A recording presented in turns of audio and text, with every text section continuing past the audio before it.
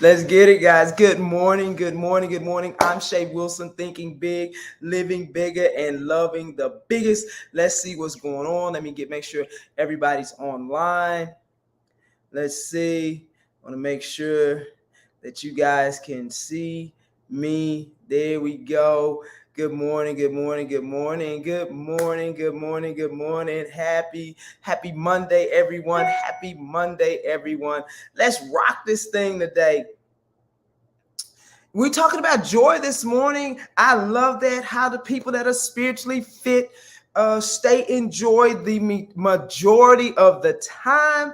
Let's rock this thing. Let's rock this thing. And how we start. Let's start this morning off like we always do on what we appreciate, what we are grateful for, what we're thankful for. It's a new Monday. I always say on the mornings, I'm a morning person, that there's new possibilities, that there's new experiences on the horizon for me. Today is 10/10, full moon. If you into those things, I love those days. I love that first of all, I love 10/10, the number 10/10, but I also love that it's a Monday, it's a full moon. This is all the things that are open to new things and how I get to choose joy. Good morning, guys. Jump on, jump on, jump on. Good morning. Happy Monday. Happy October 10th, 2022. Let's rock this thing. How do spiritually fit people stay in joy the majority of the time? And it's not like life doesn't happen. It's not like everything's going perfect. It's not like this toxic masculinity, this toxic positivity, because that's not true. Because we also know that there's sometimes that we just have to relax and be gentle with ourselves, relax and just love on ourselves and feel what we need to feel, deal with what we need to deal with, and then heal.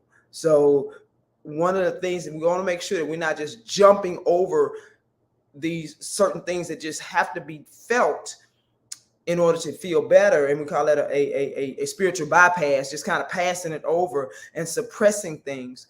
That's not what we're talking about here. We're talking about an enthusiasm and exuberance for life. The majority of the time you are in joy because you have chosen that, because you know that life is a gift on an everyday basis, on a moment by moment basis. I know sometimes we forget, and I want to give us some tools to help us shift back into what and mainly what are we focusing on focusing on the good in life, the good in you, the good in how God, the God of your understanding, helps us, how creation, how nature moves. All right, let's rock it. So, and I'm gonna give you 7 things this morning that can help you stay in joy, get in joy, recenter, feel good today. Feel good today. And number 1, you must decide that you want to feel better. You must decide that you want to be in joy. You must decide. Now, we don't realize we make decisions to be in a bad mood. Many of us think that we just be in a bad mood because somebody did this to us. We go on the job and they already gave us something to do, or something broke down. Life happens. Our tools here are not to just totally be out of this world. Our life here is to learn how to deal with this world, be in this world, and still have joy. Because Lord knows life happens every day. We could be upset all day, every day about things that happen. It could be the food. Look, your bacon didn't turn out right. Listen, it could be anything, and it could be certain other things. We could have a death of a loved one of something. It could be something of that magnitude. But we get to choose how we move through life. We get to choose how we respond. There are moments that we must heal our hearts and be gentle with ourselves in this. And then there's times that we know that somewhere in there, we're not meant to just survive life. Yeah? So come on. So number 1, decide that you want to be in joy, that you want to feel joy. It sounds very simple, but it is real. Just decide. You know what? I want to feel good today. I do it. Listen, it'll be in situations, and I realize I will think about, what am I thinking about that upset me, that kind of shifted me, and I choose other things. All right, that's number one. Number one, decide that you want to be enjoyed, that you want to feel good. Decide. Give yourself permission to feel better. Give yourself permission. Okay, we always a choice. Number two, this is powerful stuff. Take a nap. And I know you say, well, I can't take a nap. Sometimes you need to go in your car, go sit in your car and just take a nap. Close your eyes for 10 minutes, 15 minutes. If you're at home, so many of us work at home now, just go and take a nap. What that does is that it breaks the flow of thought. And especially if you're in negative thought, it breaks the flow of thought. And especially if you did not get enough sleep and you know you have insomnia on a regular basis, taking a nap during the day will help you tremendously because you're tired. Many of us don't get enough sleep. We're walking around grouchy and on edge and quick to respond in a negative manner simply because we're tired. We're tired. Many of us overeat because we're tired. We crave carbs because we're tired. So that nap, scheduling a nap in your day is fire. It's fire. Come on. And I've been doing that. I've been practicing. It's amazing. I do it because I get up so early and I want to make sure that I'm taking care of my body in more ways than one, taking care of myself. So number two is to take a nap. You want to be enjoyed? Let's get that nap done. Number three, and I really should put in there, I don't have it on the list, is eating on a regular basis. A lot of us are hungry too, hungry and tired. That is a rough combination right there. Number three, having a meditation or just going in silence practice. Again, what meditation will do is stop the flow. Stop not only to try to slow your mind down. That it breaks the flow of negative thought. It also will allow your silence. Even if you don't know what meditation is, you can just sit silent. Allow solutions and ideas to come forth. Allow spirit. I always tell people, inner being, Holy Spirit, whatever word you want to use for that, to now speak to you. It's a still small voice. You know, the older people say that still small voice to speak to you. All right, come on with it. Come on. How do we find joy? First, it's a decision. We're going to decide, and how do we stay in it the majority of the time? This is a skill set, guys. This is not something you guys I'm just going to be. Some of us are naturally more positive, but others, we have to work at this. And when we know there's really not a lot that is bothering us, and we just kind of going through life every day just kind of grouchy, just kind of pessimistic, we watch too much news, we this and we constantly, these are real practices if you want to feel better. If you want to feel better. If you don't, then that's okay too, but these are for those. Number four, reach and choose to think on something different. Now, this is something, look, it sounds like it's easy, but it is not. When you're upset about something, what we try to do is try to wrestle it, tackle it, kill it right in the moment of feeling bad. And that never helps you because you're now making decisions out of emotions, making decisions out of a negative emotion. Matter of fact, what we want to do is get to center or feeling better. And so you reach for a better feeling thought. And what that looks like for me is that I will, if I'm upset about something and I know I'm kind of off kilter, I will find a thought that makes me feel really good, that it's the feeling of it. And so I often think lately is my trip to California, where I went to see my nephew play with the LA Chargers. And you know, I think about the whole flow of how it was to feel freedom, how it was to just to be in joy. I didn't have to work. I was just kind of moving and flowing. Those things are like, what was it? Was it a vacation? Is it looking at your children? Is it something funny that they did? Is it something funny that you did? Is it a good time you had with friends? Is it what was it? Find a thought that you know you were in the flow. You felt good. You looked good. You're moving good. You had clarity. You were just doing all those things. Those things, think on that. Reach for a better feeling thought. Reach for a joke that makes you laugh. Reach for it. Find something on TV. It's a shifting, and it is an intentional shifting. When you do that, universe, spirit, God will do more for you. Will do the rest for you. Will help you.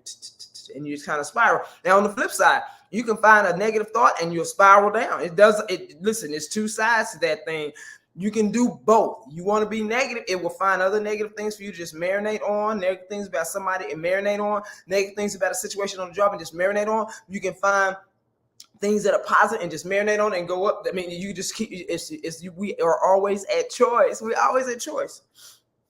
Number 5, write 2 positive words for each letter in the alphabet. And that I got this from somebody that I watch quite often, and it works when you intentionally put your mind on doing something. And so this is like 2 positive words for every letter in the alphabet. And so when you really kind of down and you just kind of get a pen and just start writing, or on your phone, and so you start with A, and I would say something like abundance or allow or acceptance.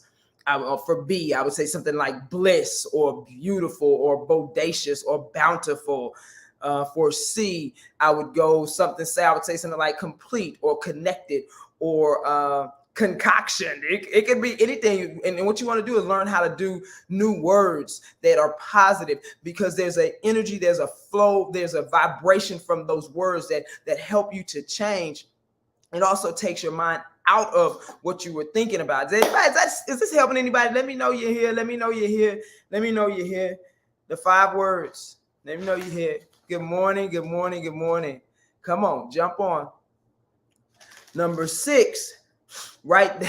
When you're having a problem with someone, this is a tough one, because people have a hard time with this one sometimes, and you have to really want to. You have to really, really want to come out of this with someone. This is mainly when you have a problem with someone that you love, a problem that maybe someone on the job, maybe a boss, maybe something about your job or a situation. Write down 10 things that you most love about this person, you most like about this person, you most love about like your job. 10 things. When you start writing, it resets you to why you're there in the relationship, why you're there in the marriage, why you're there on this particular job. What is the job doing for you? It could be, I make money here. It's a good job. It's something I really, because we get caught up in the details of things sometimes, and we forget why and what the purpose is of being in the relationship, what the purpose is of being on the job, why you're doing what you're doing. And so we start getting into that negative mode. Remember, you can take a negative thought. That negative thought will take you right on down. You can get a positive thought, and that positive thought will lift you right on up. So we talking about how does spiritually fit people do. People ask me this all the time, and I said, I'm not up all the time. In fact, I had a day yesterday that I was just kind of blah. I mean, I knew, you have family things going on that kind of weighing on you, have other things going on kind of weighing on you. So I was kind of tired, and I had to choose. I want to now. It's not that I didn't rush out of it because I knew that it was not a lot that I really felt bad for. I knew what it was. But now I wanted to choose. So last night I go outside and I kind of ground, which means I took my shoes off and I went outside and kind of walked in the grass and had my sage, and I kind of smudged myself. And it's kind of, I knew it's a full moon. I knew that I know that God is always, I know that I'm walking in the God of my understanding all the time. I know that I have guides and stuff like that around me. I know that this life is for me.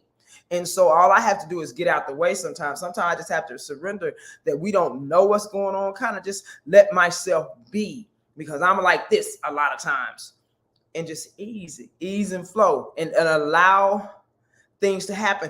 So many times it's like we don't need to have the solutions, and many times we're trying to have solutions for other people, and we have to let some certain things go. Anybody here? I know I'm talking to some people with that one.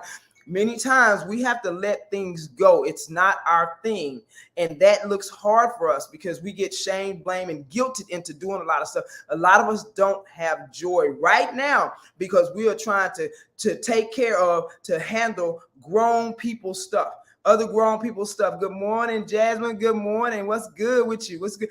We're trying to handle their stuff, and we get caught up, and we're feeling sad or stressed or what have you for other people. Now, that don't mean we don't do that. I'm saying, but there is a way to allow and accept them to walk in their journey and still be helping, but not be guilted or feeling obligated to do certain things. Okay, because that gets us right there. We start trying to take care of, save, And that's not our lane, even though people will tell guilt and shame us into trying to do that. And so we must be careful, be aware of that. So and number seven. So the other one was writing down 10 things. This could be about a family member. Yeah, Jasmine, exactly. This could be about a family members that you have to write down the 10 things that you love the most about them so that you can reset. We get caught up on some of the behaviors a lot of times, and we forget that there's so many good things that people do that we just forget, and we'll take a bite and just grab a bone about something negative about somebody and forget how good of a person they are. And one thing about me, I'm very forgiving about things because I practice that. I practice looking at the good of people. I practice it. And so many people are like, how you forgive people? Yeah, because they do more good than bad. They do more good than bad. How do you forget? They do more good than bad. Now, you have to have boundaries. Sometimes you may not be all up in their face no more. You may not be that close to them no more. You may have put things, but to just badmouth them and think this, are they good people? And it could be about family. Listen, no, they good. It's just, I choose not to be in the energy like that. I choose not to be that. And you have to know that. But when you start practicing looking at the good, you're happier. I'm telling you, you're more joy-filled than looking at the bad and trying to figure out what in the world and why they doing what they doing. When you start realizing, hey, God, creator, the universe has them and loves them just like you, and you praying for them or speaking blessings for them on this side, and you see the good in people and you speak from that place to them, that not what they're doing, but who they really are in God, who they really are. And I say this all the time, you're so much more than you are. Then it's easier to release things. It's easier to quit marinating on what they not doing or how they did things. And you just kind of, okay, it's a choice. It is an absolute choice. Let me see what you got, Jasmine. Some family members can't even write 5 things, but right. Then it breaks my heart because they literally put themselves in. It's true. Like, again, here's the thing with family members. A lot of times we know them intimately, so we see a lot of things. We haven't really tried to look at them in positive manner. So let's we won't give them a break. They're things, but they've done so many other things that it's really, really hard for us to see the good. But trust me, they're good. If you can only get 5 things, then write that down. Sometimes in order for us to shift, in order for us to forgive, in order for us to just know that, listen, God didn't make nothing bad. No, there's not a creation that's bad. There's always a purpose. So we know that there's good. Understand, it is good. It don't mean we have to be in their face. It don't mean we have to be in there, and it doesn't. But we can still call things good that are good. And that's what I mean. In order for us to shift, and remember, we're doing this not only for our energy, because if we're in a negative energy, we attract that negative energy. I don't care what you can use flowery words all day, but if your energy's bad or negative or in a disruptive type of manner, or jealous or envious or angry or this, then you are attracting that. And that's, it's a big thing about choosing your joy. We see it. I used the analogy the other day with a friend about being in church. People are being in church and for being in church for years, and they just got the angriest, meanest attitude and energy.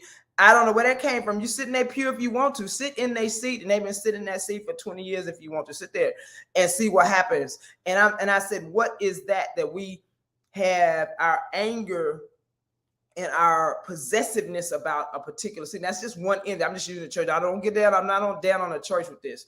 I just want to say it's something that I'm like, what is that when we should have a joy about life? Let's see. Yeah, they're not bad. They're just very, very ungodly. Yeah, exactly. You're very, very ungodly. Take the wheel. People say some things, and what happens? I tell people this about money. We think too much is given, too much is required. A lot of times we think it's money. But here's what I understand. A lot of times it's knowledge. Like I extend a lot of grace because I do a lot of studying. and I desire things, so I can see certain things about people and why and what they do. I try not to give, I try not to look at both sides, but I do. I give because I understand where they're coming from, even if they don't. But in that, it makes me give more grace because I'm like, ignorance sometimes, and ignorance means they just don't know. You just got to give grace, even though they think they know. And so my responsibility, because I know, because it's always me versus me. It's always the God of my understanding and me walking through this thing. How do I handle people that are poor in spirit? How do I handle people that are poor in mind, even though they think they know, even though they coming at you like they know? How do you handle them? And it's like the bigger person, the spiritual warrior part. And this is hard because you got to be, you want to, in our world, fight back. In our world, we want to say something. And it's like, for what though? They don't even understand. And that's why you have to take your energy back. And so, and again, I'm looking at how do I carry myself? And that's always the thing. How it's me versus me. It's me. So here it is, guys. That's right there. I'm over my time. How do we, how do spiritually fit people stay enjoyed the majority of the time? Please like, share, hit me back up with comments. Let's rock this thing. Today is a new day, full of possibilities. All the things is 10-10, guys. So I know today is a day of amazing possibilities for each and every one of us. Remember, you are so much more than you know. I'm Shay Wilson, thinking big, living bigger, and loving the biggest. Boom! Let's go, guys. Have an amazing, amazing day.